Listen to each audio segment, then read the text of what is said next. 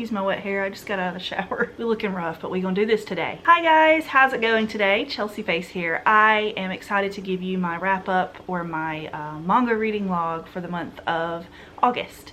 It's a little bit late, but I finally had time to sit down and film this, so let's get into it.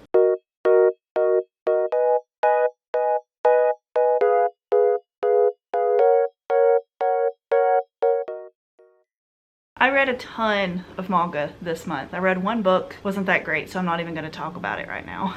Sorry. But I did read a ton of manga. Some of it I don't even have here anymore because they were library, but I'll be sure to put a picture up here on the screen when I talk about it. First, I read Yona of the Dawn Volume 2. I have had this pre-ordered for months, waiting for it to come in. They've been out of stock for a while, so I'm glad they're getting a reprint. This is, what edition is this? I'm curious to know how many times this has been printed. This is the 4th printing. Okay, I figured it would be more than that. But I finally have volume 2 and I'm excited to continue the series. I know everyone says it's great and so far I'm loving it. It's a story about a princess named Yona who has crimsony red hair, you can see on the cover, and her bodyguard slash military person, Hawk. Something tragic happens in the first volume and she's left on her own, and it's just him and her, and they have to figure out what happened, how to fix it, how to navigate their new on-the-run life. And it's a lot of drama, but not annoying drama, if that makes sense. It's adventure and there's some romance tension in here. The next thing I read was Alice in Borderland Volume 1. I read this from my library. I don't like the physical quality of this manga. I've heard people make comments on it and I was thinking maybe they're just exaggerating, but it was so bad. Even when it was wrapped up in the library, you know, the cellophane stuff they put on them to make them protected and last longer, it was still just in bad shape, and they had just gotten it, so I know that it hadn't been worn out by now. It was pretty good. I don't care for the art style that much, and I know that that's probably blasphemous to some of you. I didn't care for it that much. I guess I like more soft artwork. It just wasn't for me as far as style goes, but it wasn't terrible. I like the story. I think that it might be a little too dramatic for me personally. I think I would rather see that in a movie, live action, or maybe even as an anime. It reminded me of Darwin's Game, if you've ever watched that anime. We've watched a few episodes of it and it has kind of the same, you know, there's a game going on kind of vibe. It was very scary, it was very action-packed, it was just go, go, go, go, go, go, go the whole time. Like there was no slow pace to it. The beginning was even kind of rushed in my opinion, but it wasn't terrible. I think that if you like action, dark stories and you really want like a mystery kind of plot, there's a lot of death, probably gonna be a little bit more gore in the future, but it was good. I think that if you're interested in something like that, you should definitely pick it up because it would probably be worth your time. I probably won't continue just personally because of it makes me a little too anxious to want to continue reading it, but if it ever got animated, I'd probably at least try that. The next thing I read was 100 Girlfriends Who Really, Really, Really, Really, Really Like You. This is, okay, I saw Cake Tins reading this. The description that she gave for it just got me intrigued. I don't know what I was expecting. I think I expected it to be a little more smutty. It's only rated 15 plus, so I was a little disappointed to see that at the bookstore. They are technically high school kids, so I guess that's fine. I wish they were college kids. But this is a story about Rentaro is his name. He it's so silly. Has been rejected his whole life by women. He's probably, I think he's asked out 100 women and they've all turned him down and he could not figure out why. He's not a terrible guy. He's sweet, he's cute, he's smart, he's all the things that, you know, high school people think that women want. And his friends are like, I don't even understand why you're being rejected. And he's like, I don't know what to do, 100 people? And then he goes to a shrine and this god tells him, oh, it was a mistake. I accidentally messed up when I was making you. So now he has to make up for it by giving him 100 soulmates. And if he doesn't show love, I don't know what the extent of that definition of love is yet, to each girlfriend, then they will die a very painful and awful way, which sounds funny but also messed up. So I really was just curious how that would go. And the first volume, no one's died. Like it's still kind of funny and fluffy in this volume. I'm wondering if anyone will die in the future, because it's a big thing to talk about a possibility and then never show it happening. So I'm wondering if this is going to be just a more lighthearted and that's just a thing they threw in so that he was forced to love on all of them equally, or if they're actually going to kill some of these girls. But so far there's 3 girls in this one that he ends up finding, and they're all very cute. They all have different archetypes for women in anime and manga.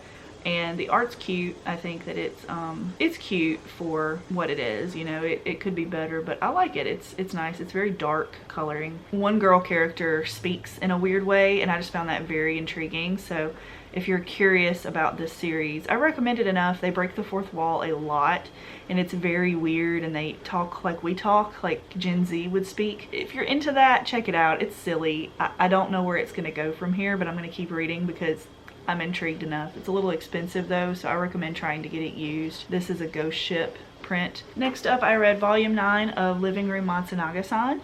This is by Keiko Yoshida, and I've been reading this for probably over a year now, and I love the size of this manga. If you haven't tried this one and you like age gaps, I recommend it. I will say at this volume I'm starting to feel kind of weird about the age gap. I haven't felt weird about it until this one, but I feel like some of the dialogue that they've mentioned at points that just emphasizes their age gap and just talks about how weird it is kind of like, what are you trying to say? I don't understand what the mangaka is trying to portray in this.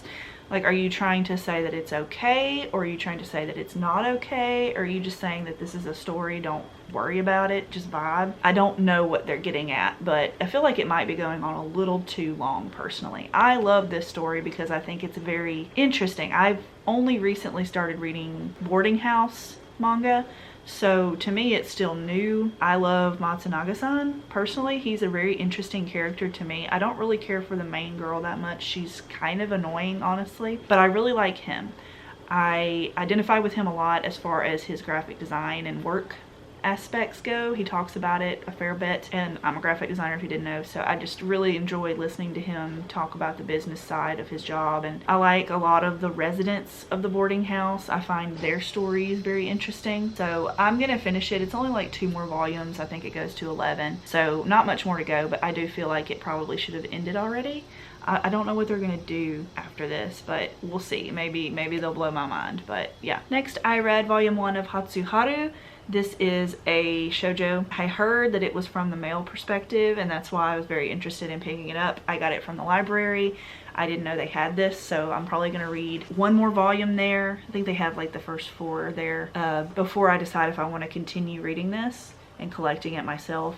I'm very, very interested in a shoujo or just any manga that's romance from the male perspective, because you don't get that a lot, and I want more of that. If you've got recommendations for any kind of manga that is a romance from the male perspective, comment below, because that is the kind of stuff I'm looking for, especially more romance than sexual. Of course, sexual is fine too, but I prefer romance for sure. But yeah, the guy is kind of a jerk, honestly. He's not a great person. The girl is, we don't got a lot about her yet. We don't know much about her personality other than she's spicy, but the guy is just terrible, and his friends are terrible, and I think he's got one good friend who makes good point. I think that just is going to lead to a lot of character growth for him, so we'll see where that goes. But I did like this volume. I think that we could really get some interesting spicy boy moments. You know, Kyo from Fruits Basket, that kind of personality. I really, really like watching that, so I think that I'm going to continue to volume 2 and then decide from there if I want to keep going. Next, I read volumes 1, 2, and 3 of My Love Story. This is by Kazune Kawahara, the story, and then the art is by Aruko. The art is really good. The backgrounds are very simple. Sometimes shoujo disappoints me with how simplistic the backgrounds are, and I guess it's because you're more looking at the characters' faces and expressions than you are the backgrounds. Parts of the backgrounds and some of these are very detailed, and some of them are very bland, so I guess it's in the middle of the road for me. It just feels like I remembered that very specifically for some reason. But we have our main character here, Takeo, and we have his friend, forget his name, Tsunekawa, and then we have Yamato, which is the girlfriend. Spoiler alert, it's the big guy's love story. It's how he never gets the girl. It's his friend always gets hit on, but his friend is nice about it and doesn't always date these women that he likes. They seem like true friends. I also get like, I don't know if they're just friends or if the guy likes Takeo, or if I'm just reading into that too much. I don't necessarily want this to turn into a BL or anything, but I just get like a little bit of a vibe that he might either just be a really, really close friend or he likes Takeo. But our main girl here, she's sweet. I love her. She's a great main girl. She seems very genuine in her love for Takeo, and I like reading about them. But I will say this, I have the first 5 volumes here at my house. I don't know if it's a story that I'm going to keep reading after that point because it is very repetitive. I need something to happen. I don't know what. I feel like we're just getting a story about how perfect this couple is and how perfect everyone in this friend group is and how perfect their life is. And that's fun and all, but I feel like if you're going to do that, it needs to be very short, like 3 volumes. Because then you start just, this is like a double-digit series. Like there's several volumes, so something has to happen. It can't be this over and over again, right? Like tell me in the comments if it does change. Like don't spoil it for me, but if this does get deeper, please tell me, because I don't know if I want to continue if this is all that there is to the series. But yeah, they were interesting. I enjoyed it enough. Next I read volumes 1 through 5 of Dream and Sun. This is a series I've had on my shelf to be read for, I would say, over a year. I don't know how long. I read the first 2 ages ago and then I forgot all about what happened. So I just said I'd reread it and start over. And if I like these, I'll continue, and if I don't, I'll drop it. I'm sure I could probably sell these. I like it enough. I think I will continue the series. A boarding house romance, but I'm pretty sure it goes in a way that I don't want it to. I really specifically have a character that I want, and I'm sure you know who it is if you've read this, who I want her to be with, but instead I think she's going for someone else who I don't really care for at the moment. We'll see if that character development adds more to him later, but it's cute. The art's fantastic. I love Ichigo Takano's work, especially Orange. That's the only other one I've read. But these are pretty colors, and I like the story well enough to continue reading it, so I'm excited to eventually do that. Next I read volume 1 in the singles of Chi's Sweet Home. This is a manga about a little kitty named Chi, as you can see here. Oh my gosh, will it focus? There we go. Chi is just this little cat who looks a lot like my cat. I'll try to put a picture here if I can find one that's good. I think it's a girl cat, and it's full color, and you just get the adventures of this cat who is abandoned accidentally by her mom, gets found by this little family, and it's so cute watching them trying to navigate having a cat when they're not supposed to in their apartment complex. Been there, done that. But it's really cute and I'm enjoying it. I think I will continue, but it might not be on a very frequent basis because these are a little harder to find. I could just go ahead and collect the big ones, which I might do since they're a little easier to find, and you can even get like the box set for it. So we'll see. I might eventually pick that up if I've got the extra cash and the time and I see a sale. So if you ever see that on sale and you want to let me know, hit a girl up and she'll check it out. Thank you. Next thing I have is volume 3 of Zodiac Pi. This is by Natsumi Ando, the creator of Arisa, which is another series that I have. You can see it somewhere. It's back here at the bottom, never mind.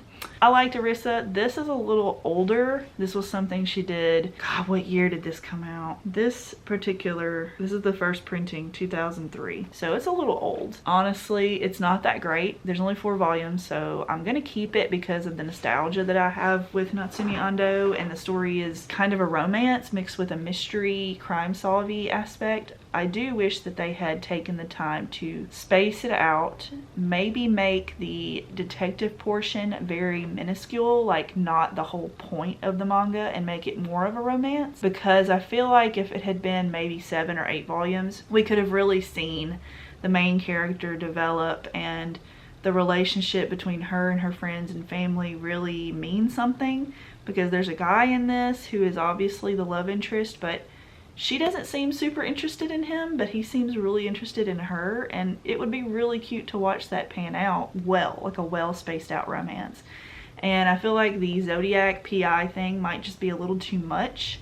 I like the thought of Zodiac being involved in this, but there really isn't anything interesting going on with that. I'm a little sad that it's not as cool as I thought it would be, but I liked it enough. I think the art's fantastic. The panels are always just chock full of stuff. Like, you can't find a single page where it doesn't look crazy stuff going on. There's a lot of murder in these, so you know, be prepared for that if you're going to check it out, but it's okay. It's not the hardest to find, so if you're wanting to read this, you can pick them up fairly cheaply still, even though they're old. But yeah, it was decent. Next, I finally picked up volume 1 of Spy Family. This is one that my husband picked out, and I was curious to check it out myself. We've since watched some episodes of the show, and it's pretty close of an adaptation, so I'd say 1 for 1 almost. I'd have to reread it to make sure, but it's really cute. This is by Tetsuya Endo. I would say this is a action spy family romance story. I don't know exactly what genre this goes in. It's very funny too. You've got this main character who, on the cover, he is a spy. He's trying to stay undercover and not be caught. And then he has to marry this woman and have a kid in order to get his mission done. So he adopts a daughter. She ends up being a telepath, and then he ends up marrying a woman who ends up being a assassin. So it's just kind of a quirky, interesting dynamic there. You can definitely tell there's going to be a romance in this, which I can't wait to get to, but it might not be a super fast pickup for me because it is still very popular, so I feel like they won't run out of volumes very fast. When I get to shonen that I know is super popular, I take my time collecting it because I know I have a much better chance of having each volume than I would shoujo. It's just a fact that they print more shonen. Finally finished Black Torch. Read volumes 4 and 5. I like the series. I think that it wrapped up as best it could with how short it is. This definitely could have been a 40 volume series easily. I could see that, and I would have loved every bit of it. I think that the idea for this whole plot is so interesting, and the author really has talent, and art. The art is great too. It's on par with like Bleach, Black Clover, and I'm just really sad that this only went to 5 volumes because I wanted more out of it. It wrapped up so quickly, and I know that's not what they had in mind. The big boss dude was beaten very quickly, and I know he was supposed to be like a big thing. So I don't know why this was ended and cut short so fast. If you know, please let me know in the comments, because I've tried Googling this and I cannot find anything other than it's a short series. And the last thing I read this month was a giveaway item that I won. It is Nameless, Asterism. This is by Story and Art by Kina Kobayashi. It's more of a middle grade manga, I think. I can't remember how old these characters are, but it definitely is written at a middle grade level. I like the idea of the story, but I don't like the way it's written, if that makes sense. I think that this is a girl love. You can definitely tell very early on, and I love that. The art is stunning, and I want to read more of this, but I just can't let myself spend that much time and money on it. It's $12.99 per volume, and they're a little thicker than normal, but I'm not interested enough to continue a series as long as this is. If this was like 2 volumes, I would be fine. It's a little long, a little immature for my taste, but I think that a middle grade person who is interested in LGBTQ stories would love this. It's really cute, but just not for me. So I think I'll have to drop this one, but not in a bad way, just a personal taste level. Thank you guys so much for watching. I hope you enjoyed this manga reading log. If you did, please remember to like my videos and subscribe to my channel. I put up manga content as much as I can, and I really enjoy this and speaking to you guys and being a part of the community. I've been watching a lot more live streams lately, and it's just really fun to interact with other manga creators and see what they're reading and what they're doing and where they get their manga from. So thank you, and I hope you guys have a wonderful weekend, weekday, whenever you're watching this, and I'll see you in the next video. Bye guys.